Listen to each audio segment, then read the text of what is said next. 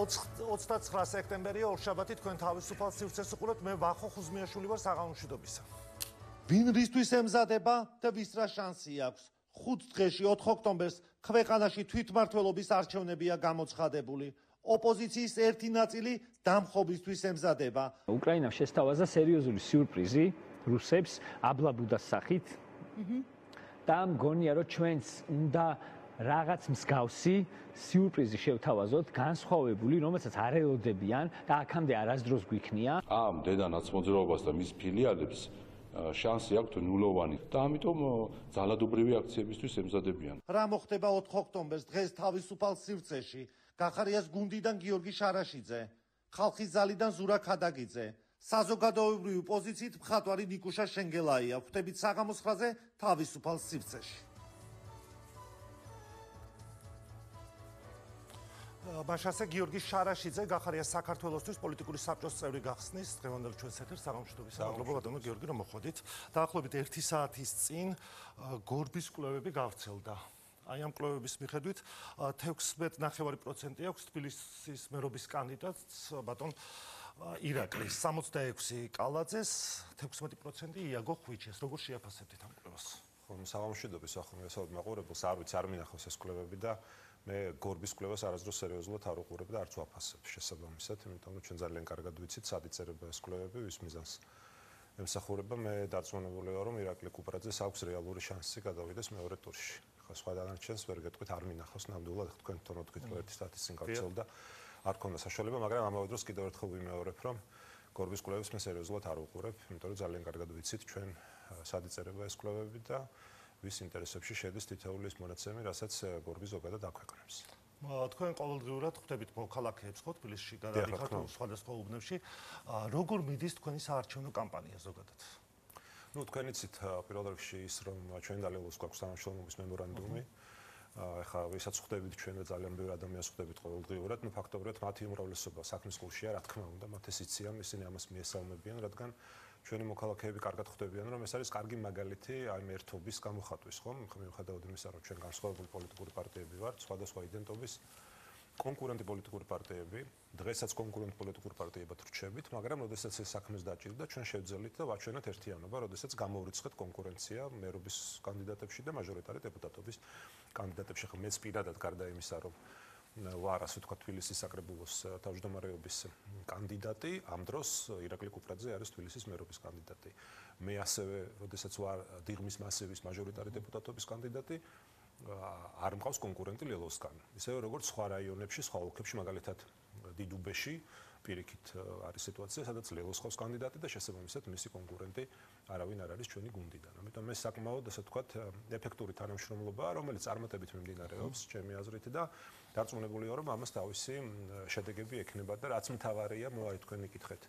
რა გამოხმაურება მე თითქმის არ შემხვედრია არავინ, ვისაც ეთქვას, რომ ამ თანამშრომლობაში რამე უარყოფით ხედავს. ასე რომ ეს პირველი ნაბიჯია, ნახოთ დარჩენი მე მოვლენები როგორ განვითარდება. მუნიციპალური სამსახურები მაინც გადის იმაზე, თვითეულ თქვათ ქალაქში რა პრობლემა აქვს ქალაქის მოქალაქეს, რა უნდა რომ გაკეთდეს ასე შემდეგ და ასე შემდეგ. თქვენ დღეს ხართ კანდიდატი, მაგრამ მანამდე იყავით საკრებულოს დეპუტატი, ხო? რამდენად როცა თქვენი კანდიდატურა არის წარდგენილი აი ამ თანამდებობაზე, რამდენად იცნობთ მაგალითად ქალაქ თბილისის პრობლემებს თქვენ პირადად და რა შეგიძლიათ აი ამ პრობლემებზე ისაუბროთ? ძალიან კარგად ვიცნობ თბილისის პრობლემებს და ზუსტად ვიცი სად არის პრობლემის გასაღები. და ამიტომაც ჩვენი ამ შემთხვევაში ჩვენი გუნდის, ჩვენი პოლიტიკური ძალის, ჩვენი პარტიის გახარია საქართველოსთვის თბილისის საარჩევნო პროგრამის მთავარი გზავნილი არის თბილისი კორუფციის გარეშე. იმიტომ რომ ახლა მე რო აქ დავიწყო ლაპარაკი სადღაც უხარისხოთ რომ კეთდება სკვერი, მაგალითად.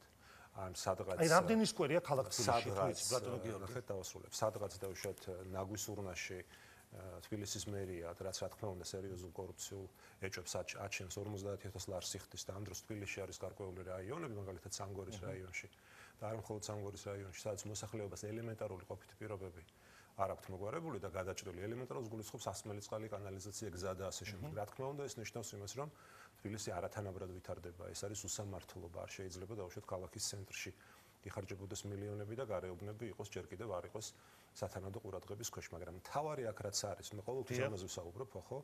წინა მოწვევის საკრებულო ხო თქვენ ახსენეთ, რომ მე ვარ დეპუტატი, ხო, მოქმედი. ჯერ კიდევ რაღაც რამდენიმე კვირა დარჩა. პირველივე ხდომაზე, პირველივე ხდომაზე 2021 წელს რომ შეიკრიბა თბილისის საკრებულო, პირველი ჩემი პირადად ჩემი და ჩვენი გუნდის ინიციატივა იყო ანტიკორუფციული კომისიის შექმნა თბილისის საკრებულოში. იმიტომ რომ სხვა შემთხვევაში თუ ამ პრობლემას არ ეშველა და ახლა ყველამ ძალიან კარგად იცის რომ თბილისში კორუფცია განსაკუთრებით მძვინვარებს, ასე ვთქვა და ყველა პრობლემის სათავე ეს არის, ხო? ამიტომ ჩვენ თუ ამ პრობლემას არ ვუშველეთ, უფრო და უფრო მეტ ჭაობში ჩაიძირება ჩვენი ქვეყანა და კორუფცია არ არის ის პრობლემა, რომელიც მხოლოდ და მხოლოდ გარკვეული ჯგუფის მცირე რაოდენობის ადამიანების და ამ შემთხვევაში ჩინოსნების, მაღალჩინოსნების, ხელისუფლების, მაღალჩინოსნების უსამართლოდ გამდიდრების ამბავია. ეს არ არის მხოლოდ ეს არის პირდაპირ დანაშაული, ღალატის ტოლფასი დანაშაული, ხშირად საუბრობთ ჩვენ ამაზე, როდესაც ჩვენს მოქალაქეებს ამ კორუფციის გამო აკლდებათ სერვისები. ისინი ღებულობენ უხარისხო მომსახურებას. ამას ხშირად გამოუწევია ადამიანური ტრაგედიებიც კი, ხო, ხარ მიდახა გავახსენოთ და დავამძიმოს თქვენი ეთერი, ბაკის პარკის ტრაგედიით და კიდე ბევრი სხვა ამბით, ახლა თუნდაც აი რამდენიმე თვის წინ ვაგზლის მოედანზე მოხდარი ტრაგედიით. ეს ყველაფერი საბოლოო ჯამში პირდაპირ თუ ირიბათ, უკავშირდება კორუფციას. იმიტომ რომ კორუფცია კიდევ ვიმეორებ, არის ყველა პრობლემის სათავე. ამიტომ ჩვენი დაპირება იქნება თბილისი კორუფციის გარეშე და ჩვენ ამას აუცილებლად მივახცევთ, იმიტომ რომ სხვა შემთხვევაში ჩვენ ვიტრიალებთ ერთ წრეზე. და ახლაც კარგად ჩანს და მოქალაქეები ამას კარგად ხედავენ, რომ რა თქმა უნდა კორუფცია ეს არის თავარი გამოწვევა. ისე როგორც ზოგადად მართლობა კონკრეტულად არის სფეროებს ძალიან მნიშვნელოვანია, რომ ჩვენმა მაყურებელმა თბილისის მოქალაქეებმა იცოდნენ, როდესაც თქვენ გინდათ ქალაქის საკრებულოს თავმჯდომარეობა და თქვენს პარტიას, როდესაც არის დასახელებული თქვა ქალაქის მერობის კანდიდატიც, რამდენად თქვენ თქვით რომ ვიცნობ აი ამ პრობლემებს. აი ყოველდღიურად არის ვისმენთ ხოლმე რომ ქალაქში არის საცობები, მუდმივად გვესაუბრებიან იმაზე რომ აი ტრანსპორტის რა ხდება ტრანსპორტის ხრივ. აი როგორც საკრებულოს კანდიდატს მე მაინტერესებს თუ იცით რამდენი ავტობუსი ემსახურება დღეში ქალაქ თბილისს. ამას რა მნიშვნელობა? როგორ არ აქვს მნიშვნელობა და საჭიროა თუ არ არის საჭირო ამდენი? უფრო მეტი არის საჭირო თუ არ არის საჭირო? მაინტერესებს კონკრეტულად. ეს ახლა თქვენ მიყავთ რაღაც ძალიან ვიწრო ანალიზით რა და მე ამ შემთხვევაში პირიქით საუბრობ, მინდა დაგანახოთ თქვენს და ჩვენს მაყურებელს შედარებით ფართო სურათი. 100 ავტობუსი ემსახურება 500, 1000 რამდენი ემსახურება? გაზრდა ხალხ პასუხობთ ხო ამაზე რა. ეს არ არის რა თქმა უნდა ვიცი და კიდე ბევრი რამ ვიცი. მაგრამ კიდევ ვიმეორებ, ეს არ არის საბავშვო ბაღია თბილისში. არ არის თავი 200-მდე საბავშვო ბაღია, არ აქვს ამას მნიშვნელობა. საბავშვო ბაღიც არის არასაკმარისი. ნუ მისოთ ამ კითხვებს ძალიან გთხოვთ, იმიტომ რომ ეს შეურაცხყოფილი კითხვებია. რატო არის შეურაცხყოფილი? თბილისში არის 200-მდე ბაღი, მაგრამ გაცილებით მეტი უნდა იყოს. ხო და რამდენი ბავშვია გათვლილი 200 ბაღი? მე მაინტერესებს კონკრეტულ თემებში რომ შევიდეთ. კი ბატონო შევიდეთ, ანუ საბავშვო ბაღი თუ არა ეს ბაღები? არ არის საკმარისი გეუბნებით, მაგრამ რამდენი ბავშვი არის და რამდენი უნდა იყოს? მინიმუმ 10%-ით მეტი, მინიმუმ 10%-ით მეტი, თუნდა ფინანსდებოდეს ყოველწლიურად თბილისის ბიუჯეტიდან საბავშვო ბაღების მშენებლობა. მინიმუმ. აი ხა მაგალითად რამდენი იხარჯება ერთ ბავშვზე? მე გითხარით, დღეს და რამდენი უნდა იხარჯებოდეს? მე გითხარით რომ მე ვარ დიღმის მასების მაჟორიტარი დეპუტატების კანდიდატი და მაგალითად მეორე კვარტალი, ეს არის საკმაოდ დიდი დასახლება, ხო? ანუ მეორე კვარტალში რომ იყო ისტორიულად საბავშვო ბაღი, საკმაოდ კარგი შენობა, დიდი ეზოთი, დიდი ტერიტორია და დღეს რა არის იცით იმ ბაღში? პურის საცხობი. არც მეტი, არც ნაკლები პურის საცხობი. ამიტომ კიდევ ვიმეორებ, მთელი მეორე კვარტლის მოსახლეობა, ანუ ვინც იქ ცხოვრობს და ვისაც ბავშვები ყავს, სიროცხლოვანი ბავშვები, ისინი იძულებული არიან საკმაოდ მოშორებით ატარონ. ხო და აი ამაზე გეკითხებით კონკრეტულ თემებზე, რო არ დაემსგავსო სადგილზელოც. ხო და ამაზე გეკითხებით, რამდენი ბავშვია თბილისში და რამდენი საბავშვო ბაღია საჭირო, ბატონო გიორგი, თქვენ საბავშვო ბაღი, კიდევ ვიმეორებ, თბილისში თუ არ ვწდები არის 200-მდე დაახლოებით 190 თუ არ ვწდები საბავშვო ბაღი. 170 დიახ, 190, არ მწოდნია, ხო ესე? ამიტომ სხვა კითხვას მოგადამისოთ მაშინ. რატო არა, რატო უნდა დამისოთ? იმიტომ რომ არ არის ახლა კითხვა პასუხის რეჟიმი. მე მოვედი პოლიტიკურ საკითხებზე აქ. არა, თბილისეც ვისაუბროთ და პოლიტიკურ საკითხებზე. მაგრამ გეუბნებით რომ 190-ია გადაამოწმეთ და რამდენი ბავშვი არის ბაღში? ნუ არ ვიცი ბავშვების რაოდენობა ნამდვილად არ ვიცი. ის ვიცი რომ არის არასაკმარისი. იმიტომ ხო და ამიტომ გეკითხებით კონკრეტულად რამდენი ბაღი უნდა იყოს რომ ეს ბავშვების რაოდენობა ხო და პასუხობთ ახლა. ანუ მოსახლეობა რა პრობლემასაც სვამს ჩვენს წინაშე ხო? ეს არის რომ ბაღების რაოდენობა არის არასაკმარისი. აი დღეს მაგალითად ხა საჯარო ბაღში ხო ხა ყველას ხო არ აქვს იმ საშუალება კერძო ბაღში ატაროს ბაღში ხო? აი პირდაპირ ვთქვათ არ მიყვარს ეს სიტყვა, მაგრამ აი რაც არის დამკვიდრებული და ამისთვის არაფერი გააკეთა მოცნებამ რომ ესეთი სიტყვები განკრალიყო ჩვენი ლექსიკონიდან, აი ჩაწყობით თუ არ ჩააწყვე, შეიძლება შენ ბავშვი იმ ბაღში, სადაც შენ გინდა რომ მივიყვანო, სადაც რომელიც ახლოს არის შენთან, არ ცხოვრობ დიღომში, გინდა დიღომში ხარ, ხო? ხა დიღომში. რამდენი ბავშვი არის ერთი საბავშვო ბაღი დღეს გათვლილი და რამდენი ბავშვი არის ეს ხომ უნდა იცოდეთ ბატონო გიორგი, ამიტომ გეკითხებით. მაგრამ კონკრეტულ თემებზე რო ვილაპარაკოთ. აღარ მოყვებით ახლა ამ თემებში რა, კიდევ ვინმე. სკვერებთან დაკავშირებით, საჭირო არის ქალაქში სკვერები. ხო და ამას ვამბობ. საკმარისია დღეს ეს სკვერები თუ არ არის. გადავიტანოთ ახლა ჩვენი ინტერესის სხვა რამეზე. არა, პოლიტიკური კითხვები. სკვერებზე თუ რამდენი სკვერია, რამდენი არის საჭირო, დიახ. სკვერებზე თუ მეკითხეთ. რა თქმა უნდა სკვერები არის კარგი. რა თქმა უნდა და არავის ჩვენი გუნდიდან, მათ შორის არც მე არ მithქვამს, რომ თბილისში სკვერები რო კეთდება, არ უნდა კეთდებოდეს. უნდა კეთდებოდეს. აი ხა მაგალითად მეცაც გეტყვით, ახლა დიღომში დავდივარ, დიღმის მასივში გითხარით რომ მაჟორიტარი დეპუტატობის კანდიდატი ვარ და ძალიან მომწონს, პირდაპირ გეუბნებით, ძალიან მომწონს, როგორ არის მოწყობილი დაუშვათ კონკრეტულად დიღმის მასივი. ბევრად კარგად ვიდრე დაუშვათ სხვა უბნები და ნამდვილად კარგია ეს. მაგრამ ეს არ არის საკმარისი. რა თქმა უნდა, ბევრი უნდა იყოს, ბევრის უნდა იყოს, უფრო ხარისხიანის უნდა იყოს. დღეს რამდენი სკვერი ქალაქში? დიდი ბოდიში მათემატიკურ კითხვებს ნუ მისვავ. ნუ მისვავ ახლა. კიდევ ვიმეორებ რომ თუ ნახეთ თბილისი რო უფრო მეც იმსახურებს ეს ერთია და უკეთეს იმსახურებს ერთია. მაგრამ დიდი ბოდიში, მაგრამ თუ სკვერი, რომელიც შეიძლება 50000 ლარი დაჯდეს, მაგრამ 250000 ლარი ჯდება დიდი ბოდიში, მაგრამ მე ახლა ამის გამო მოქმედი ხელისუფლების ქებას რომ ვაიმე რა მაგრები ხართ და როგორი სკვერი გაგვიკეთეთ არ დავიწყეთ. იმიტომ რომ ზუსტად ვიცი რომ 5ჯერ მეტი ჯდება, 4ჯერ მეტი ჯდება, 3ჯერ მეტი ჯდება და ის ფული სწორედ ის ფული რომელიც ხალხს უნდა ხმარდეს მიდის მერის მაღალჩინოსნების ჯიბეში. პოლიტიკურ თემებზე კიდევ საუბარია ხალხს ეს თანხები. კიდევ ვიმეორებ, თორემ კიდევ ამით მინდა დავასრულო. ხა მესმის თქვენი პათოსი და მინდა კარგად გაიგოს ჩვენმა მოქალაქეებმა. ჩვენ არასდროს გვითქვამს, რომ თბილისში არაფერი კეთდება. თბილისის ბიუჯეტი დღეისთვის არის 2 მილიარდ 200 მილიონ ლარზე მეტი. და რა თქმა უნდა ეს არის საკმაოდ დიდი ბიუჯეტი. და ახლა სკვერებიც თუ არ გაკეთდა დიდი ბოდიში, აბა რაღა უნდა გაკეთდეს, ხო? 2 მილიარდი და 2 მილიარდ 200 მილიონი ლარით. რა ჯდება ერთი სკვერის გაკეთება, ბატონო? სკვერს გააჩნია ახლა, ხო? ახლა სკვერს გააჩნია. აი დიღომში რომ მოხდოთ ის სკვერი რამდენი დაჯდა? ზოგი დიდია, ზოგი პატარაა და ასე შემდეგ, ხო? დიღმის სკვერია და ახლობით რა დაჯდა? რომელი დიღმის სკვერი ხო? აი რომ მოგეწონათ, მე ყველა მომწონს, ბევრი მომწონს, კარგად არის გაკეთებული. დიღომი მწვანე უბანი იყო ისტორიულად ყოველთვის და კარგია რომ შენარჩუნდა ეს იმწვანე. კიდევ ვიმეორებ, მაგრამ 3ჯერ და 4ჯერ მეტი რო ჯდება, აღარ მომწონს არც ის სკვერი. იმიტომ რომ ზუსტად ვიცი რომ ხალხს მოაკლდა ის ფული. აი ეს ფული რომელიც 3ჯერ მეტი დაიხარჯა მაგალითად დიღომში. მოაკლდა იმ სამგორს. და რამდენი დაიხარჯა? არ ვარ ჩვენ ახლა ბიზნეს გადაცემაში. იმ სამგორს მოაკლდა, სადაც წყალი არ აქვს, სადაც კანალიზაცია არ აქვს. იმიტომ რომ ახლა რა თქმა უნდა ეს ბიუჯეტი შეუზღუდავი არ არის, ხო?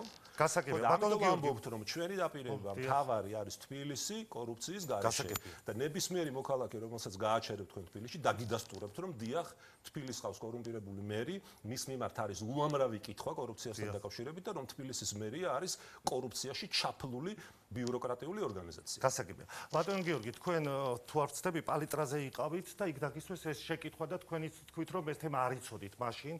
ელისაშვილთან დაკავშირებით, რომელმაც თქვა, რომ თუ იმ შემთხვევაში თუ ეს პოლიტიკური გუნდი გაიმარჯვებს, მოხდება მუნიციპალური სამსახურების გაფიცვა. ამ განცხადებას თქვენ ემიჯნებით თუ რა კონტექსტში უნდა გავიგოთ მისი ეს განცხადება? არა, მე არ ვიცი თქვენ რა რომელი ეთერი გაიხსენებთ. მუნიციპალური სამსახურების გაფიცვასთან დაკავშირებით. არა, მე რო არ ვიცოდი, თორე ეს ალეკომ რაც თქვა, კი ბატონო, ამ საქმის ყურში ვარ და მოდი პირველ ნაწილზე გიპასუხებთ ჯერ, ხო?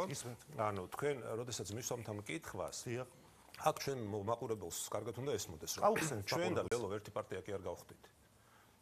ჩვენ კონკურენტი პოლიტიკური პარტიები ვართ და არაფერი გასაკვირი იმაში, რომ ჩვენ გვექნება სხვადასხვა მოსაზრებები არ არის.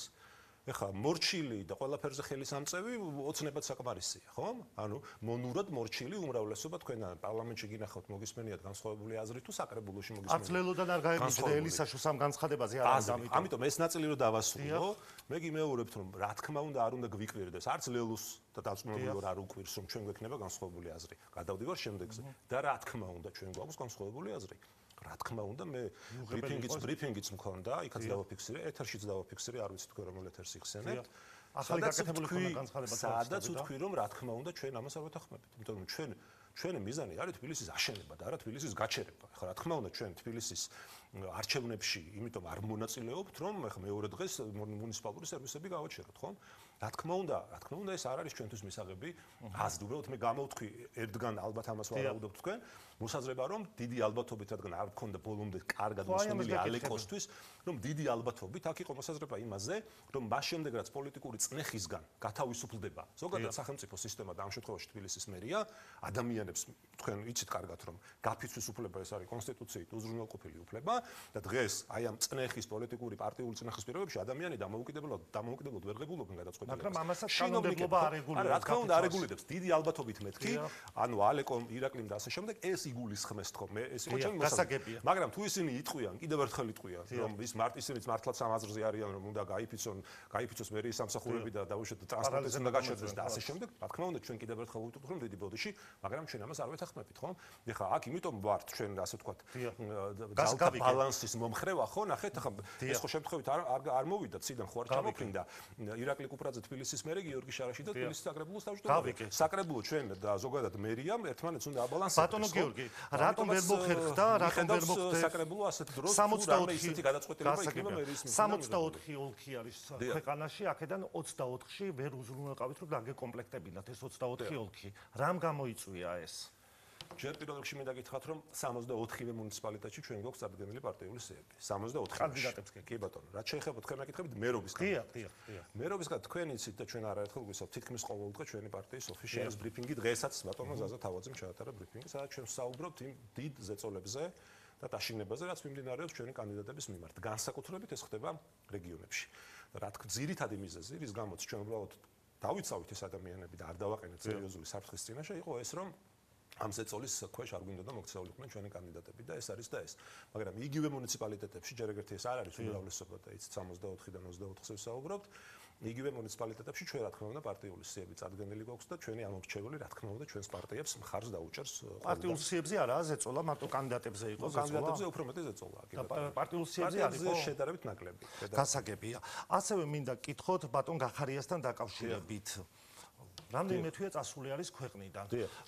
მან ერთ-ერთ ინტერვიუში ასეთი განცხადება გააკეთა, რომ შეცდომაც ჩათვალა ის, რომ არ შეხვედით თქვენი პოლიტიკური გუნდი საქართველოს პარლამენტში. ეს თემა რომ უფრო გავშალოთ, რა შეცდომა იყო და ანუ ვინმეს ზეწოლის ქვეშ მოექცია თქვენი პოლიტიკური გუნდი, როდესაც ხებს დაუჯერეთ თუ რა მოხდა, რომ არ შეხვედით. არა, ზეწოლა არაფერშუაში არ არის.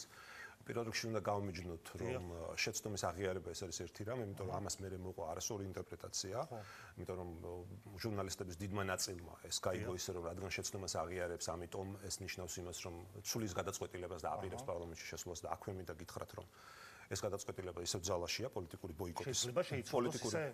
ყველაფერი შეიძლება ზოგადად ისე მოხდეს, მაგრამ ამ ეტაპზე პოლიტიკური ბოიკოტის გადაწყვეტილება რა ჩვენ თავიდან ძალაშია და რჩება და დღეს ეს არც განიხილება, ეხლა არჩევნებზე ვარ სრულად კონცენტრირებული და შემდეგ გადახედა ამას. ხო, ნუ იმ სიტუაციიდან გამომდინარე რა სიტუაციაც იქნება ქვეყანაში, ეხლა იცით რომ რა თქმა უნდა ამ არჩევნებზე ბევრი რამ არის დამოკიდებული, ხომ კონკრეტულ თარგს რა თქმა უნდა ვერ გეტყვით, მაგრამ რა თქმა უნდა ეხლა გადაწყვეტილება ყველანაირ გადაწყვეტილება შეიძლება გადაიხედოს, მაგრამ კიდევ მეორე ამეტაპზე ეს არის შეცდომა იყო ბატონო გიორგი. კონკრეტულად რომ არ შეხვედით. ანუ თქვენმა გუნდმა ეს ხო დამოუკიდებლად მიიღო ეს გადაწყვეტილება. დამოუკიდებლად მიიღო, რა თქმა უნდა, მაგრამ თქვენ იცით რომ 4 თქვენ და პოლიტიკურმა გუნდმა დაუშვა შეცდომა, ანუ 4 პოლიტიკურ, ნუ ყველა ნახეთ, მაშინ იმ ინტერვიუს თუ კარგად მოვუსმენთ, იქ ბატონი კახარია ამბობს და სხვათა შორის, რა თქმა უნდა, დაუფასოთ მას, როგორც ჩვენი პარტიის ლიდერს, ისე როგორც ზოგადად ჩვენს გუნდს. რომ ჩვენ არასდროს არ გვიჭირს შეცდომების აღიარება. განსხვავებით სხვებისგან. და ჩვენ შეგვიძლია არაერთხელ გაგვიკეთებია ეს და პირადად ბატონ გახარიას ამის მაგალითი არაერთხელ უჩვენებია, როდესაც შეიძლება გამოვიდეს პოლიტიკოსი და აღიაროს საკუთარი შეცდომა. და ეს მხოლოდ მისასალმებელია იმედია თქვენს მეთანხმებით. და იქ კარგად აღნიშნა მან კაფიოდ ჩამოაყალიბა აზრი, რომ მისი შეცდომა იყო ის, რომ მან ვერ შეძლო დარწმუნება დანარჩენი პოლიტიკური აქტორების და მოთამაშეების, რომ მანდატების დატოვება და აქ უნდა გავმიჯნოთ ეს ორი რამ. ბატონი გახარია საუბრობს რომ პოლიტიკური ბოიკოტი კი არ იყო შეცდომა. ეს ბოიკოტს კი არ უწოდებს შეცდომას, არამედ მანდატების დატოვებას, უტოვებს შეცდომას. და ამბობს პირდაპირ რომ რა თქმა უნდა მან ვერ შეძლო და ვერ დაარწმუნა დანარჩენი აქტორები, დანარჩენი პარტიები, რომ მათაც აერჩიათ ჩვენი გზა. ჩვენი გზა იყო პოლიტიკური ბოიკოტის გზა. თქვენი შესვლა თუ ასეთი გადაწყვეტილება იქნა მიღებული, ხო? ანუ ყველაფერი არის შესაძლებელი. ანუ თუ თქვენი გუნდი შევა პარლამენტში ოფიციალურად, თქვენ უფლებამოსილებაზე მიმართეთ, ყოველ შემთხვევაში თქვენგან ეს ფორმალურად არის ეს პროცედურაო, მაგრამ იურიდიულად ასე ჩანს, რომ თქვენ მოქმედი დეპუტატები გეყოლებათ, ხო? მისცემს ლეგიტიმაციას, გახდება ლეგიტიმური თქვენი შესვლით საქართველოს პარლამენტში, თუ ეს გადაწყვეტილება იქნება მიღებული. ნახეთ, პირველ რიგში მე გითხარით, რომ ჩვენი გადაწყვეტილება თუზე გეკითხებით. რაც არის, და ხა თუზე ხა შეიძლება ბევრი რამ იყოს თუზე დამოკიდებული, ხო? ეს ლეგიტიმაციაც მოდი კარგად ავხსნათ მაყურებელს. ჩვენ არავისთვის არაფერი არ მიგვიმართავს. ანუ პირველი 12 დეპუტატის უფლებამოსილება, რა თქმა უნდა, პოლიტიკური мотивაციით შეწყვიტა ოცნების უმრავლესობამ, არსებულმა უმრავლესობამ პარლამენტში, ეს ერთი. და შემდეგ ასევე პროცედურულად, შემდეგი 12 დეპუტატის უფლებამოსილება. პარლამენტის თავმჯდომარეს ხომ მიმართეთ განცხადებით საქართველოს პარლამენტის თავმჯდომარეს? ჩვენ მიმართეთ არანაირი თხოვნით არ მიგვიმართავს. ჩვენ ერთადერთი რამ გავაკეთეთ, რომ იქ უფლებამოსილების ასე ვთქვათ გადაკვეთა, მაგალითად რამდენიმე დეპუტატი გახდათ საკრებულოს დეპუტატი და ასე შემდეგ, და როდესაც შენს უფლებამოსილებას ცნობენ როგორც პარლამენტის წევრის უფლებამოსილებას, იძულებული ხარ სამართლებრივად ეს საკითხი გაასწორო. ეს არის და ეს. როდესაც გავა აი ამ 12 დეპუტატის უფლებამოსილების ვადა, ანუ ეს შემდეგ 6 თვეზე არის საუბარი, ბუნებრივია ეს ყველაფერი თავის ნორმაში გასაგებია. ანუ ეს მხოლოდ პროცედურული საკითხია. ანუ დარჩენს დრო გვაჩვენებს. იმაზე არ გინათ ანუ საუბარი, რა იქნება მე თუ შეხვედრით იქნება ახლა ამის დრო კიდევ ვიმეორებ. თავარი არის რომ ჩვენ მშვიდობიანად ყოველ შემთხვევაში ახალ წლამდე ეს საკითხი გადაწყდება, ხო? ნახოთ, არ ვიცი, ვერ გეტყვით. ეხლა მთავარი არის რომ ჩვენ მშვიდობიანად 4 ოქტომბერი, რომელიც ჩვენთვის, ჩვენი პოლიტიკური ძალისთვის კონკრეტულად არის არჩევნების დღე. თქვენ იცით კარგად ჩვენი პოზიცია, რომ ჩვენ უარს ვაცხადებთ ყოველგვარი ძალადობრივი დამხობის და ასე შემდეგ. ამაზეც მინდა კითხოთ. კი ბატონო, აი ამ მოწოდებების გამო, რომ ვიყოთ ქუჩაში და ამიტომ ვიქნებთ ჩვენ არჩევნებზე და დავიცავთ ჩვენს ხმებს 4 ოქტომბერს და 4 ოქტომბერს ჩვენთვის იქნება არჩევნების დღე. ამიტომ, სწორედ ამიტომ მივდივართ ჩვენ მშვიდობიან ცვლილებების გზით. გასაგები, აი რომ თქვენ საუბრობთ ახლა მშვიდობიან თუ რევოლუციას ემიჯნება თქვენი პოლიტიკური გუნდი. როდესაც ვისმენთ ჩვენ ამ განცხადებებს ერთი ნაწილის მხრიდან, ასე ვთქვათ, ნაციონალური მოძრაობისგან პაატა ბურჭულაძის მხრიდან, რომ რევოლუცია არის, იქ ამობენ მშვიდობიანი, მაგრამ ქართულ ლექსიკოში ასე არ მოიძებნება. ხელისუფლებას ამით აძლევს საშუალებას, რომ ხელისუფლებამ გამოიყენოს სიმკაცრე, თუნდაც 4 ოქტომბერს ეს განცხადებები ხელისუფლება ხო იტყვის იმას, რომ დამხობა უნდოდათ და გამოვიყენე ის ძალა, რომ ეს აღმეკვეთა. ანუ ეს განცხადებები რას ნიშნავს? აი სწორედ ამაშია საქმე, რის გამოც ჩვენ ამის ნაწილი არ ვიყავით არასდროს და არც ვიქნებით, რომ ჩვენ მიგვაჩნია, რომ ეს განცხადებები არის უპასუხისმგებლობა. დღეს ამ ანტისახელმწიფოებრივი არის ეს განცხადებები. პირველ რიგში მოდი ვთქვათ, რომ არის უპასუხისმგებლობა და არათანმიმდევრული განცხადებები. მაშინ როდესაც მშვიდობიანი პროტესტი, რომელიც დაიწყო თავიდან, კარგად ვიცით ყველა, ორი ძირითადი მოთხოვნით. ეს იყო რიგარეში უბრალოდ ხელახალი საპარლამენტო არჩევნების დანიშვნა და უკანონო პატიმრების გათავისუფლება და ჩვენი ქვეყნის დაბრუნება ევროპული მომავლის გზაზე და დემოკრატიული მომავლის გზაზე. ჩვენი გუნდი თითოეული ჩვენგანი მეც პირადად ვიყავით ამ პროტესტის განუყოფელი ნაწილი ყოველდღიურ რეჟიმში. მაგრამ დღეს, როდესაც ჩვენ ხედავთ, რომ აი ამ უპასუხისმგებლო პოლიტიკოსების, ორგანიზატორების, გარკვეული საზოგადოებრივი ჯგუფების და ასე შემდეგ ხრიდან სულ სხვა ფორმებს ღებულობს და ეს მოწოდებები ხო თქვენ როდესაც საუბრობთ, მშვიდობიანი დამხობა და ასე შემდეგ, რა ჩვენთვის გაუგებარი ტერმინებია. შეიძლება გამოიწვიოს აი აქ ბძინვე შედეგები, ბატონო გიორგი, როგორ უყურებთ აი ამ მოწოდებებს? არის სრულობით ერთი, არც არ ვისურვებდი, მაგრამ აი ამას რა შეიძლება მოყვეს?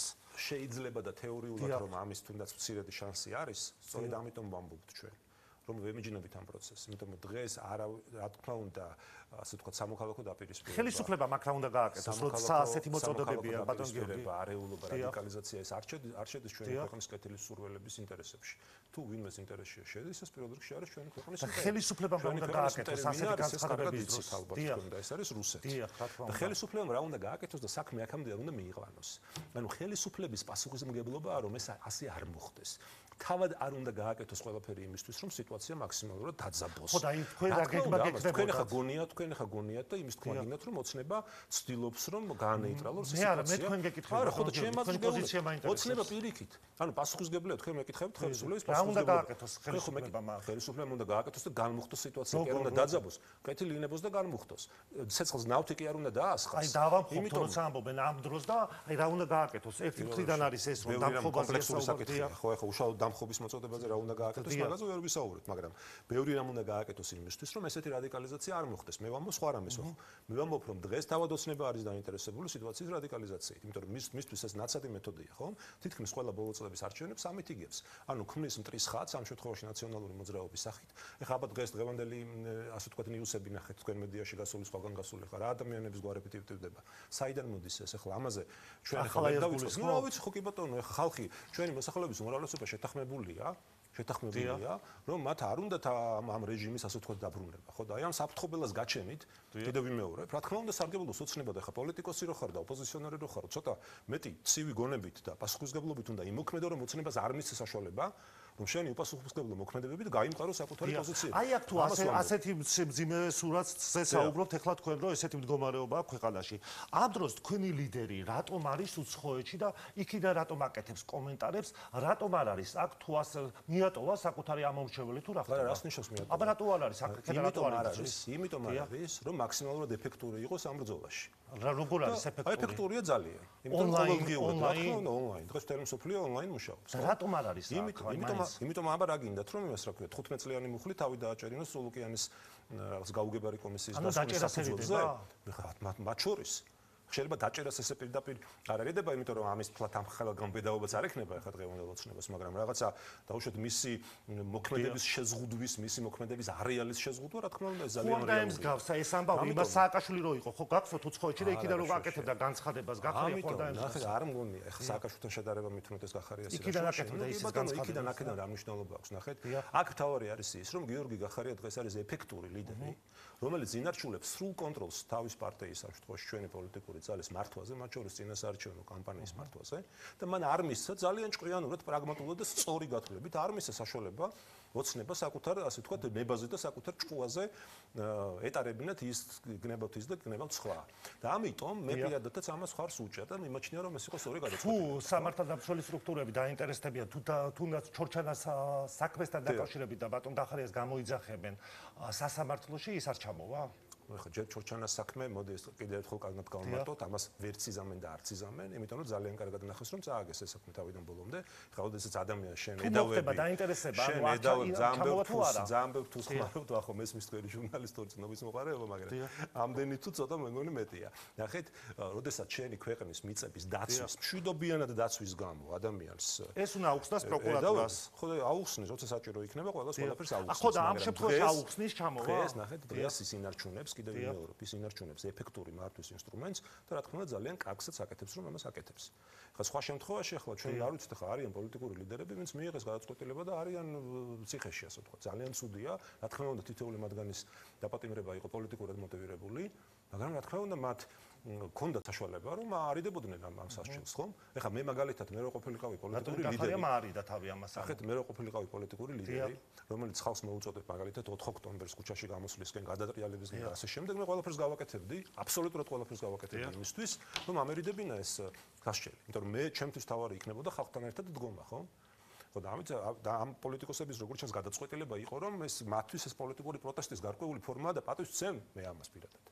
მაგრამ კიდევ ვიმეორებ რომ მე რომ ყოფილიყავი ამას არ გავაკეთებდი, ყველაფერს გავაკეთებდი რომ ხალხთან ერთად დარჩენილიყავი.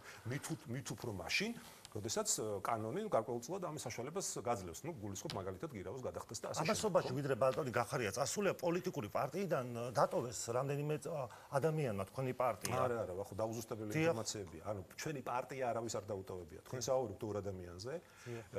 დიმიტრი წკიტიშვილი, ჩვენთვის ძალიან პატივსაცემი დიმიტრი წკიტიშვილი, ასევე ძალიან პატივსაცემი თეო ნაკუბარდე, რომლებიც არ ყოფილან ჩვენი პარტიის წევრები. ისინი იყვნენ ჩვენი საპარლამენტო სიძივრე წევრები, რა თქმა უნდა, ჩვენთან მათთან ქონდა ასე ვთქვათ შეთანხმება, ძალიან ღირსეული ადამიანები არიან, წარმატებებს უსურვებთ, მაგრამ ჩვენი პარტიის წევრები არ ყოფილან ისინი.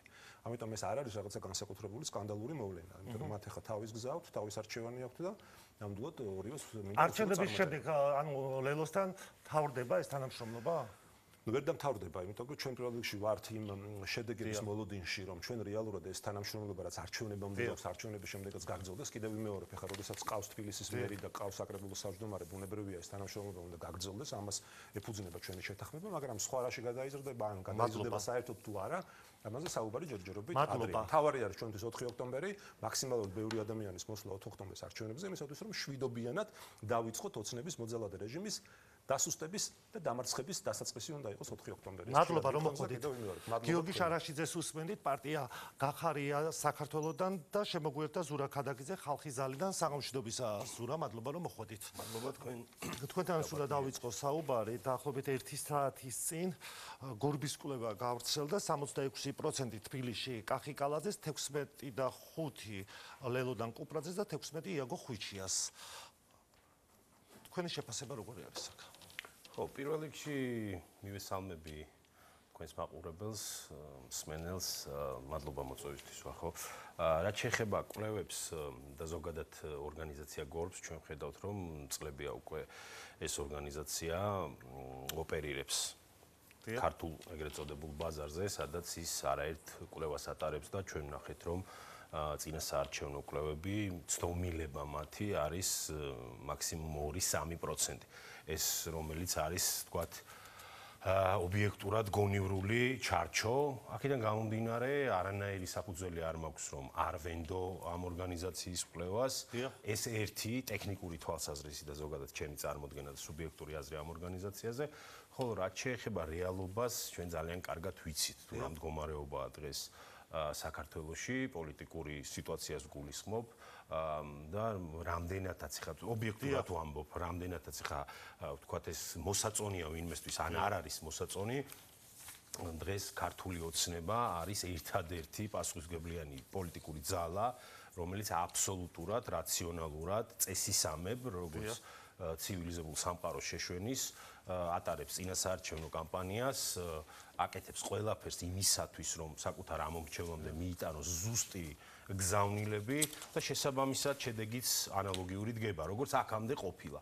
ეს კიდევ ერთხელ გავიმეორებ, ეს კარგია თუ ცუდია, ვთქვათ, რაღაცა ნეიტრალურმა მაყურებელმა შეაფასოს, მაგრამ რეალობა არის ეს და ჩვენ 4 ოქტომბერს მივიღებთ იმ რეალობას, რომ უპრეცედენტოდ მაღალი პროცენტულობით გასაგებია, ახლა ის გახარიას წარმომადგენელი იყო სპათაშორის თბილისის საკრებულოს თავმჯდომარეობის კანდიდატი და ისაუბრობდა, რომ ჩვენი ამოცანა არის, რომ მეორე ტური დაინიშნოს თბილისშიო.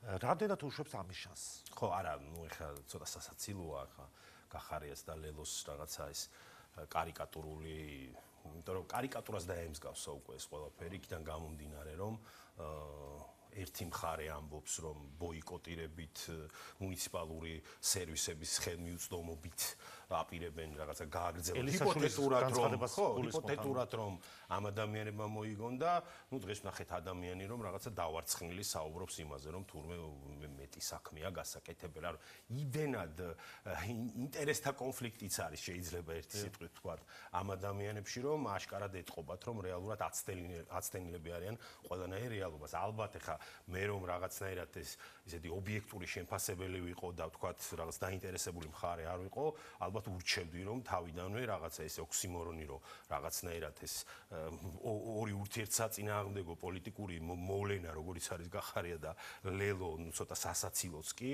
რაღაცა ერთმანეთის საპირწონედ რომ დაიწყეს პოლიტიკური აქტივობა ყველაფერს რომ თავი დავანებოთ ну ამ ადამიანებს ურჩევდი რომ რაღაცა ცალკე ეცადათ ბედი ამ ყველაფერში შეიძლება უფრო მეტად რაღაცა წარმატების შანსიც ქონოდათ მაგრამ ну საბოლოო ჯამში ჩვენ ვხედავთ იმას რასაც ვხედავთ რომ ამ ადამიანებმა მაგალითად რიგ მუნიციპალიტეტებში საერთოდ ვერც კი წარადგინეს კანდიდატები რიგ მუნიციპალიტეტებში ну ახლა ეს ახლა იმისი არ იყოს რამდენ არჩევნებსაც წააგებს ნაციონალური მოძრაობა ყოველთვის გაყალბება იყო ერთი ფაქტი ვერ მოაქვს და ახლა რაღაცა ხო უნდა გაამართლონ ხა ორი დღის წინანდელი მახსენდება მაგალითად ის კარიკატურა რო ყავთ კუპრაძე მერობის კანდიდატი იმაზე კვერცხი ნასროლი რო არისო და ბანერები გამოდეს რომ მას რა ქვია დამონტაჟებული ბანერები გამოდეს იმაზე საკუთარ გვერდზე სოციალურ ქსელზე ანუ ცოტა სასაცილოა ეს ყველაფერი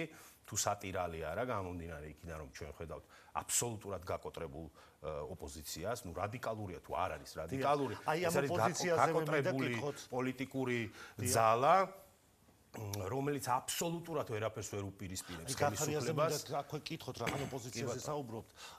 მისი წარმომადგენელი ახლა საუბრობდა რომ რატომ არის შეკითხვაზე უცხოეთში და რატომ არ ბრუნდება, აბა ხო არ დააჭერინებს თავს. ანუ თქვენ რით იხსნით გახარიას არ ჩამოსვლას? ხო, ნუ ახლა ეს უყურეთ როგორი სიტუაციაა. გახარიას საფუძველი იმის რის საფუძველზეც დაკავებულები არიან ამ ადამიანების თანამებრძოლები მაგალითად გახარიას ეს არ დაუშავებია. მოდი შევთანხმდეთ თავიდანვე რომ გახარია თანამშრომლობდა კომისიასთან, შესაბამისად მას კომისიაზე არ გამოუცხადებლობის კომისიის გლობალური რამ ხო არ ემუქრება რამე. გლობალური რამ თუ გახარიას დაემუქრება, დამიჯერეთ გახარია ვერ აირიდებს თავს სასამართლოს და ქართული მართლმსაჯულების წინაშე წარდგება. ოღონდ რაღაცა ბავშვი არ დაბადებულა და სახელს არ ქოთო, ეს ცოტა სასაცილოა. გახარია აღმოჩნდა ის ადამიანი, რომელსაც სამწუხაროდ მისი გაქცევიდან და ის მოღალატეობრივი გადაწყვეტილებიდან რაც გააკეთა, კი ბატონო, აი ეს ცნობილი გამოთქმა რომ არის რაღაცა ჰაერი, რომელიც რაღაცა ჭიქაში ქარიშხალს ატრიალებდა და ეს იყო რაღაცა რკინის ადამიანი, რაღაცა სასწაული ტოპ მენეჯერი, რომელიც აბსოლუტურად ყველაფერს აკონტროლებდა და სრულიად საქართველოს მართვა გამგეობა ისე ქონდა ჩაბარებული, რომ მას რაღაცა კოლოსალური რეიტინგი ქონდა, აღმოჩნდა რომ ეს ადამიანი არის ის კაცი, რომელსაც თუნდაც პოლიტიკური ქულების სულ რომ ყველაფერს თავი დავანებოთ, პოლიტიკური ქულების გამო გიორგი ვაშაძეზე ძლიერი ვერ აღმოჩნდა. ადგა და რაღაცა ჰუმანიტარული ვიზით წავიდა გერმანიაში. ნუ ხარ აზე ვსაუბრობთ. აი, ამიტომ ვსაუბრობ, რომ ასეთი კარიკატურული ოპოზიცია, რაც დღეს საქართველოს ყავს, ხო? ეს არის სატირალი და არა სასაცილო. აი ამ მდგომარეობაში არიან ეს ადამიანები და საუბრობენ რაღაც პერსპექტივაზე, რომ მეორე ტური და ჩვენ უნდა დავამარცხოთ და გამოვგლიჯოთ თბილისი და წარმოიდგინეთ ახლა ადამიანები, რომლებიც კანდიდატებს ვერ აყენებენ, ადამიანები, რომლებიც ისე საუბრობენ განსხვავებულ აზრს, ოღონდ აქ განსხვავებულ აზრზე არ არის საუბარი, რომ თქვენი აზრი გაქვთ და მე ჩემი აზრი მაქვს. ანუ პოლიტიკურ იდეაზეა საუბარი. აქ იმდენად წინააღმდეგობრივია მათი, რომ ამ ადამიანებმა ვის უნდა გამოგლიჯონ თბილისი, რაღაცა საკუთარი რეიტინგები აქვს ერთმანეთისთვის გამოსაგლეჯი და მოდი ისიც ვთქვათ, ხომ, რეალურად ეს რაღაცა კარიკატურული სიმბიოზი რატომ მიიღო დღეს ქართულმა პოლიტიკამ, რაც ვნახეთ ლელო გახარიას ტანდემით, ხო? ჯერ ხო თავიდანვე ის არის, რომ ეს ასეთი რაღაცა საპირისპირო და საწინააღმდეგობრიობით აღსავსე ორი პოლიტიკოსი, რომელიც ერთმანეთის ჯინაზე პოლიტიკაში ოპერირებს, გვერდიგვერდ დასხდნენ, რაღაცა საერთო გეგმებზე საუბრობენ, აქ არის პირდაპირ შეგვიძლია ვთქვათ, რომ მათ დაინახეს შანსი ახლა ჩაანაცვლონ ნაციონალური მოძრაობა და დაერქვათ რაღაცა ტექნიკურად, ოღონდ, ანუ უყურეთ 70%-ს, როდესაც მიიღებს ქართული ოცნება, 30% შესაბამისად პროპორციულად გულისხმობ გადანაწილდება სხვადასხვა პარტიებს და ვიღაც ხომ გავა მეორე ადგილზე. აი იმას თუნდაც 10%-ით გასულმა ოპოზიციურმა პარტიამ თავისუფლად შეუძლია თქვას, რომ იცით რა, მე ვარ პირველი ოპოზიციური პარტია. მით უმეტეს, რომ ქართული ოცნება ამზადებს სარჩელს, რომ მიმართოს საკონსტიტუციო სასამართლოს ნაციონალური მოძრაობის აკრძალვასთან დაკავშირებით, ამაზე ცალკე კითხავთ, მაგრამ აი ბატონ შარაშიძესთან მქონდა ეს შეკითხვა. გახარია ხო არ დაემსგავსა სააკაშვილს, თქვენ გახსოვთ, რომ წლების განმავლობაში სააკაშვილი უცხოეთში იყო და იქიდან აკეთებდა ხოლმე ხო პოლიტიკურ განცხადებებს და ახლა ბატონ გახარია არის იქ და ისიც ესე ონლაინ აკეთებს განცხადებებს, იქიდან ერთვება ქართულ მედიას და იქიდან საუბრობს. ხო, ნუ ახლა ალბათ სააკაშვილის ქარიზმამ შეიძლება რაღაცა თვალსაზრისით დაიტაცა გახარია ჭყალებში ამ ქარიზმამ, მაგრამ არის მეორე საკითხი, რომ ახლა სააკაშვილი მოგწონს თუ არ მოგწონს იმ ოდიოზურ ნაციონალურ მოძრაობაში ლიდერად ითვლება. ის რეალურად არის ლიდერი წითლიძეს, ხაბეიშვილის, მოძალადე სისტემის რაღაცა იმ დაბალი რგოლების, რომლებიც შემორჩნენ დღეს პარტიაში და ცდილობენ, რომ რაღაცნაირად კვლავ რაღაც პოლიტიკური თითქოს და დღის წესრიგი შექმნან. ეს ერთი რეალობაა და ძალიან კარგად იცის მიხეილ სააკაშვილმა, რომ მის გარეშე ნაციონალური მოძრაობა ეს არის ნული, არაფერი საერთოდ და აქედან გამომდინარეა, რომ ამ ყველაფერს ის იყენებდა, ამ ყველაფრით ის პარაზიტობდა თუნდაც და მან არ მისცა საშუალება თუნდაც ამ ოდიოზურ ნაციონალურ მოძრაობას, როდესაც ჰქონდა შანსი, რომ რაღაცა ნულიდან ჰქონდა მაშინ ნაციონალურ მოძრაობას შესაძლებლობა, რომ რაღაცნაირად მცდელობა გაეთეთრებინა საკუთარი თუნდაც ბნელი წარსული, თუნდაც ახალი სახეებით, მაგრამ მიხეილ სააკაშვილმა ბოლომდე იპარაზიტა ბოლომდე ჩაძირა საკუთარი პარტია, გამომდინარე იქიდან, რომ მისთვის ნაციონალური მოძრაობა არის მისი სახელი და გვარი და მეტი არაფერი. ახლა შეიძლება შევადაროთ გიორგი გახარიას, ვთქვათ, საკუთარი პარტია, ერთი-ორი მაგალითად ძალიან ისეთი მომენტია, რომ ტონალობითაც კი საუბრობენ ხოლმე ქემოკლიძე, მისი პარტიის წევრები და ახალგაზრდა ეგრეთ წოდებული ლიდერები ძალიან ამსგავსებენ ხოლმე ტონალობითაც კი ბაძავენ გახარიას. შეიძლება ამ თვალსაზრისით რაღაცა ასეთი დრამატურგია დავინახოთ ამ ყველაფერში. საბოლოო ჯამში ახლა არ უსურვებ მას მიხეილ სააკაშვილის ბედის გაზიარებას, იმიტომ რომ ის ცდილობს რამენაირად მობრუნდეს პოლიტიკაში, თუმცა ქართულ პოლიტიკას და ქართულ რეალობას მან თვალი უნდა გაუსწოროს და თვალი გაუსწოროს იმას, რომ ქართველი ხალხი უბრალოდ ორგანულად ვერ იტანს მოღალატე პერსონებს და ნუ ხა გიორგი გახარია ღალატთან ასოცირდება სამწუხაროდ მისთვის და ალბათ მისი პარტიისთვის და ახლა რამდენ შეძლებს აგერ მეორე ამბავი 4-ში რომელიც დაანონსდა ხო ოპოზიციის ნაწილის მხრიდან მშვიდობიანი დამხობა. დღეს თქვათ გავრცელდა რუსთავიორმა გავრცელა ეს კადრები, ბაჩუ ახალაია, მურთაზ ზოდელავა, ბურჭულაძე, რა იგეგმება და რისთვის უნდა იყოს ხელისუფლება მზად? მოდი ასე დაგისვათ შეკითხვას.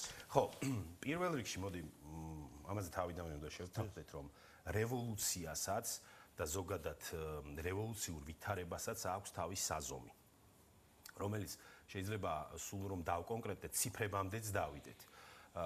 ქვეყანაში რევოლუცია ხდება მაშინ, როდესაც ამისთვის ვითარება, აქ არ არის საუბარი იდეის დონეზე, რომელიმე პოლიტიკურ ჯგუფს ჰქონდეს ეს იდეა. როდესაც ქვეყანაში არის კრიტიკული ვითარება ინსტიტუციონალური თვალსაზრისით.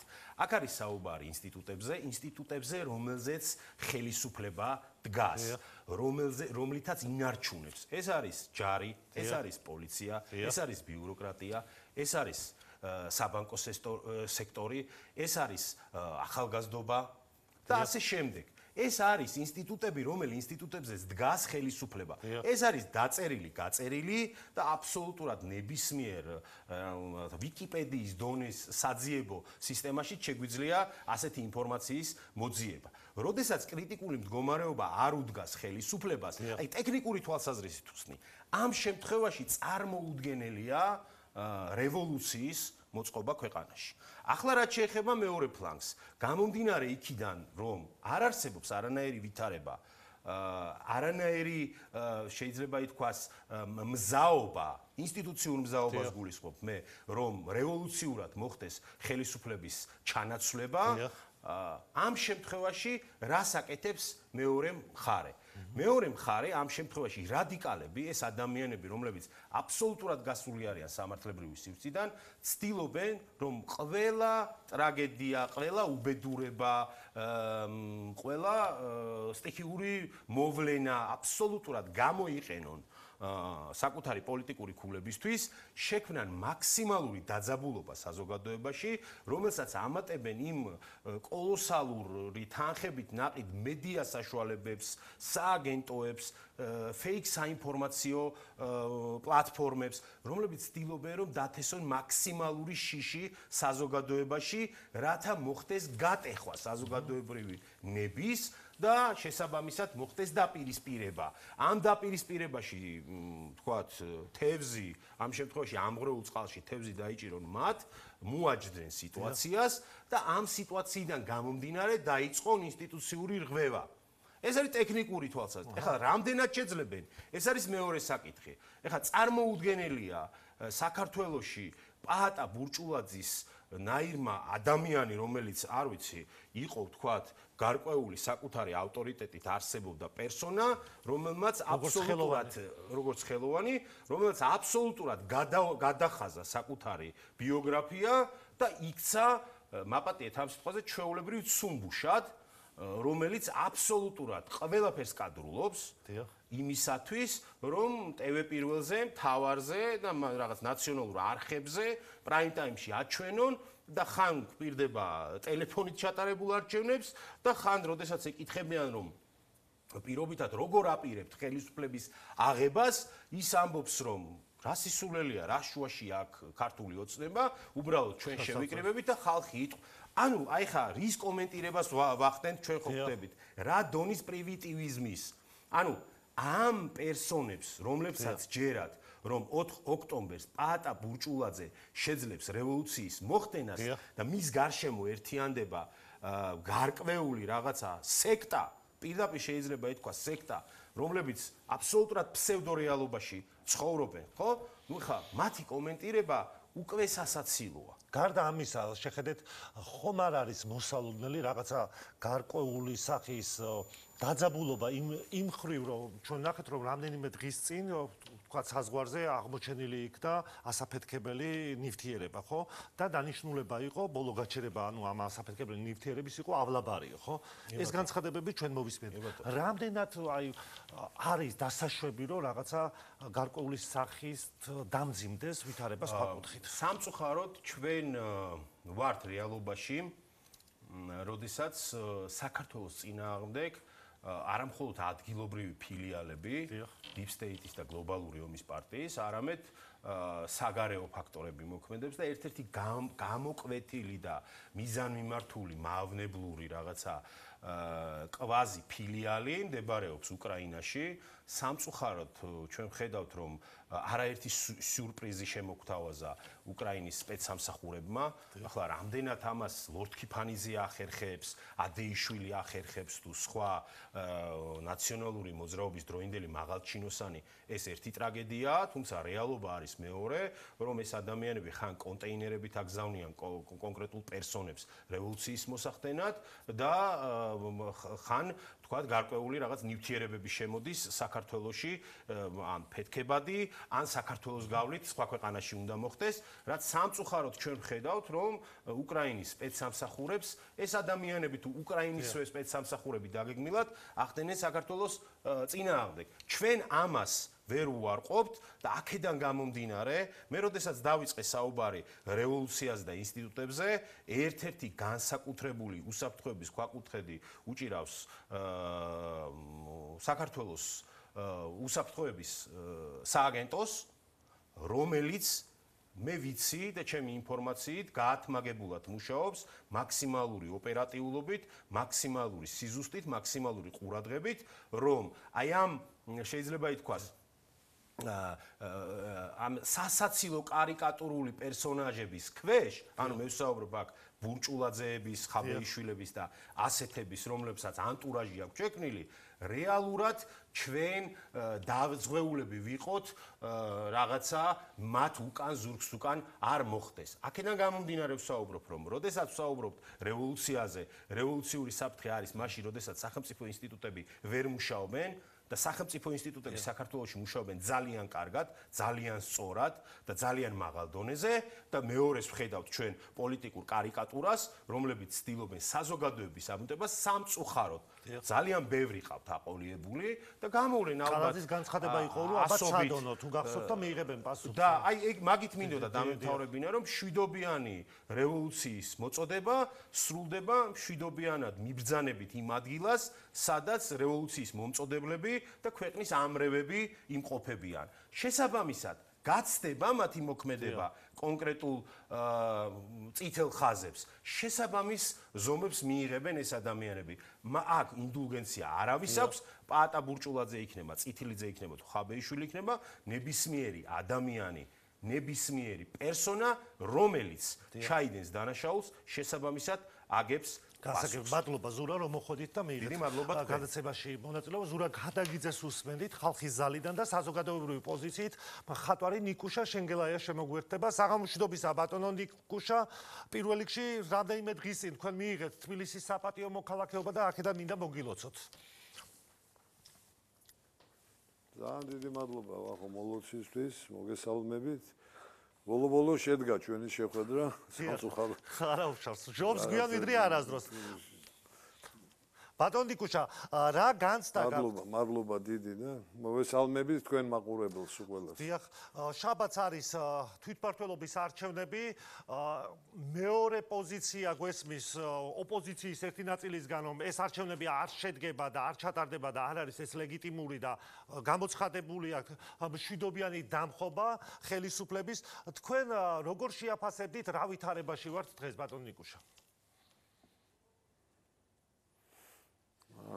ვიცი ვახო საერთოდ გლობალურ ორომტრიალში ვარ და იმედით ვარ რომ ჩვენ დავძრებით აქედან და ჩვენი გონიერებით და მოთმინებით და ჩვენი ქვეყნის სიყვარულით გამოვალთ შვიდობით ამ მდგომარეობიდან. მოლოდინი ყველაფრის არის, მაგრამ მე არ მგონია, იმიტომ რომ იცით რა, მე მათი გეგმები არ მაინტერესებს, იმიტომ რომ მე ვიცი ჩემ ხალხს რა უნდა. ჩემ ხალხს უნდა ქვეყანაში მშვიდობა, საკუთარი ოჯახების კეთილდღეობა და ქვეყნის განვითარება. რასაც უყურებ დღევანდელი ხელისუფლება ამის დაცვაშია და მცდელობაში რომ ქვეყანას აარიდოს ის გამოწვევები, რაც ჩვენ ვნახეთ ჩვენ სამეზობლოში, ხო, რაც ხდება უკრაინაში, რაც ხდება კავკასიაში და საერთოდ სოფლიოში, არა მარტო ამ რეგიონში რა. ჩვენ ახლა ვიმყოფებით რაღაცა ტექტონიკური ძვრების პერიოდში, პოლიტიკურ ზღულისხმობ, რა თქმა უნდა. ამდენი არეულობა, გადანაწილება, ყალიბდება სხვადასხვა პოლიუსები დიდი ქვეყნის და ყოველთვის ამ პერიოდში დიდ ქვეყნებს, პატარა ქვეყნების გამოყენება უნდა საკუთარი ინტერესების გამო. ეს ხელის გულზედებს, ყველა ვხედავ ჩვენ ამას, საუბრობს თელი მსოფლიო და ზუსტად ეს თელობაა, რომ როგორმე ამ სიტუაციაში ჩვენი ქვეყანა არ შევწიროთ სხვა დიდი ქვეყნების ინტერესს. ეს ძალიან კარგა ესმის ქართული ხალხის უდიდეს ნაწილს. და გზნობენ, იმიტომ რომ ჩვენ ვართ დიდი ისტორიის ქვეყანა, ბევრი ვარამი, ბევრი ომი გადავიტანეთ და რაღაც აი ინსტინქტით ჩამოუყალიბდა ჩვენ ხალხს გადარჩენის, იცით? და ამიტომ მე იმედიანად ვარ, რომ არაფერი დიდი არ მოხდება ამ მუქარებით და მშვიდობიანი გადატრიალებით. მათი ორგანიზატორები, დაფინანსებულები შეახრამუნებენ ამ ფულებს და ხალხს მიატოვებენ ქუჩაში, ისე როგორც ყოველთვის და აი ეგ იქნება ყველას აქვს ამ ქვეყანაში მანიფესტაციის და სიტყვის თავისუფლება დაცულია, მაგრამ ყველაფერი არის კანონის ფარგლებში. კონსტიტუციურ დარღვევისთვის და გადატრიალების მოწოდებით და ძალადობის მოწოდებას ხელისუფლება ნამდვილად არ დაუშვებს. და მე მინდა კიდევ თქვა, რომ ეს არ არის არჩევნები ცენტრალური ხელისუფლების. ცენტრალური ხელისუფლება აქ არჩეულია უკვე, პარლამენტი არჩეულია, მთავრობა არჩეულია პარლამენტის მიმართ, პრეზიდენტი არჩეულია. ეს არის მუნიციპალური თვითმმართველობის არჩევნები. ისე რომ ნუ ატყუებენ ხალხს, რომ ამ არჩევნებით შეუძლიათ ხელისუფლების ცვლილება. ეს არის კონსტიტუციური დარღვევა. ბატონო, დიახ, ბატონი კუშა. იმედიანად ვართ, იცით რა არის? დიახ. დიახ. ბატონი კუშა, როცა საუბრობდით, აიწეგან თქვენ, რომ ამ ფულს შეჭამენო და ხალხს ისე დატოვებენო.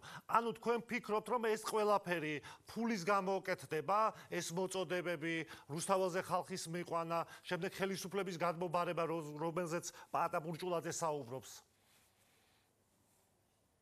კი, პირადი კეთილდღეობის გამო 99%. ზოგმა ფული აიღოს, ზოგმა მომავალში თბილი ადგილები მოიპოვოს და ასე შემდეგ. აბა რა ქვეყნის ბედი აწუხებთ? ვერ გზნობენ, რომ ბეწვის ხიდზე გავდივარ და აქ მშვიდობის შენარჩუნება რა უჯდება ქართულ ოცნებას? მაგრამ ქართულ ოცნებას აქ ხალხის მხარდაჭერა, ამაშია საქმე. იცით რა, მე რამოდენიმე ეთერში ვთქვი, რომ იმ მავანი თუ მავანი არის ქვეყანათა ძლიერთა მაგათი პრობლემა ქართული ოცნება კი არ არის. მაგათი პრობლემა არის ქართველი ხალხი. თვითონ ქართველი ხალხი არ დაუშვებს ამას. ღმერთმა დაიფაროს, ეს ერთი მყარად დგას ქართული ოცნება, მაგრამ ფეხი რო დაუსდეს, იმდენ ხალხს მიიღებენ ქუჩაში, რომ მერე ითვალონ რა. ეს ხალხი მოტივაციით და სპონტანურად გამოვა. ისინი არ დაუშვებენ არასდროს იმ რეჟიმების მობრუნებას და სხვა ქვეყნების ინტერესების მონობის ქვეშ არსებობას. ჩემმა თაობამ და ჩემზე უფროსმა თაობამ ძალიან ბევრი იბრძოლეს იმისთვის, რომ დამოუკიდებლობა და სუვერენიტეტი მოეპოვებინათ ქვეყნისთვის. თქვენს გონიათ ეს ხალხი წავიდნენ, რა კი არ ჩანან ქუჩაში და არ აქტიურობენ? 10 ჯერ მეტი არიან. კარგად მაგას არჩევნები არ ყვევს. 1,200,000 კაცია. თუ იგზნო ქართულმა ხალხმა რომ მათ ქვეყანას, მათ შვილებს, მათ ოჯახებს ომი ემუქრებათ. თქვენ როგორ გონია სახლებში დარჩებიან ისინი? ბატონო ნიკუშა, როდესაც თქვა დიახ, დაასრულეთ. ხო, ისე რომ ქართულ ოცნებასთან და ბიძინა ივანიშვილთან ერთად საქართველოს იცავს ქართველი ხალხი. ბატონო ნიკუშა, რახან საუბარი იყო იმაზე, ვინც იღებს ყოველ შემთხვევაში ოპოზიციიდან მონაწილეობას, ლელო ყოველ შემთხვევაში ასეთ განცხადებას აკეთებდა, რომ არჩევნებში მონაწილეობა იმისთვის ღირს, რომ თბილისი გამოსტაცონ ხელისუფლებას, ვინ და თქვენი ოჯახი მთელი ყველანი ხართ აბსოლუტურად თბილისელები და თქვენგან მაინტერესებს, რამდენად უშვებთ ახლა, რომ თბილისი თქვათ ხელისუფლებამ წააგოს, ან მეორე ტური დაინიშნოს, ახლა ოპოზიციის წარმომადგენელი საუბრობდა, რომ მეორე ტურის ალბათობა დიდიაო. თქვენ როგორ უყურებთ, ბატონო ნიკუშა, რამდენად არის კალაძე პირველივე ტურში გასული, როგორ ფიქრობთ? ნუ, ვახო, ხოჭ როგორ ნათქვამია, პროგნოზები არ არის კეთილშობილი საქმე, ეს უნდა გადაწყვიტოს ამომრჩეველმა. მაგრამ ჩემს გარშემო უამრავ ადამიანთან ვისთან ურთიერთობა მაქვს. იცი რა, ვისაც თვალები აქვს და ყურები აქვს, კარგად ხედავენ თბილისში რა გაკეთდა 4 წლის განმავლობაში. როგორი ქმედითი გუნდი იყო კალაძის გუნდი. რამდენი რეკრეაციული პროექტები თუ გზების მოწესრიგება თუ სოციალური პროექტები თუ რაღაცა. ეს ამ ხალხს ზურგის უკანა აქვს და რო უყურებთ საარჩევნო კომპანიებს, ხალხს ელაპარაკებიან მათ პრობლემებზე. ოპოზიცია ელაპარაკება დასავლეთს, დადიან და ელაპარაკებიან სხვა ქვეყნის მოქალაქეებს და ქართული ოცნება კახი კალაძე და ეს გუნდი ელაპარაკება საკუთარ ხალხს. თუ რა უჭირთ, რა უნდა გააკეთონ, გაკეთებული საქმეების გარდა მომავალში რა უნდა დაეხმარონ ხალხს და ლოგიკურად არჩევნები ისეთი რამეა, რომ ხალხს არჩევანი თავის საკუთარი პირადი ქვეყნის და ინტერესების გამო თუ საზღვარგარეთ მოსიარულე ხალხის ინტერესების გამო მე მგონია რომ უნდა ხმამიცენ თავის თავს ამ შემთხვევაში. გასაგებია. ისე რომ არა მგონია მე რომ რამე პრობლემები შეიქმნას თბილისში. მადლობა ბატონ ნიკუშა იმისთვის რომ ჩაგვერთევეთ და მიიღეთ გადაცემაში მონაწილეობა. ნიკუშა შენგელაიას უსმენთ თქვენ დღეს ამით უნდა დავასრულოთ. ჩვენ უკვე შევხვდებით ერთმანეთს 4 შაბათ საღამოს 9-ზე ნახვამდის.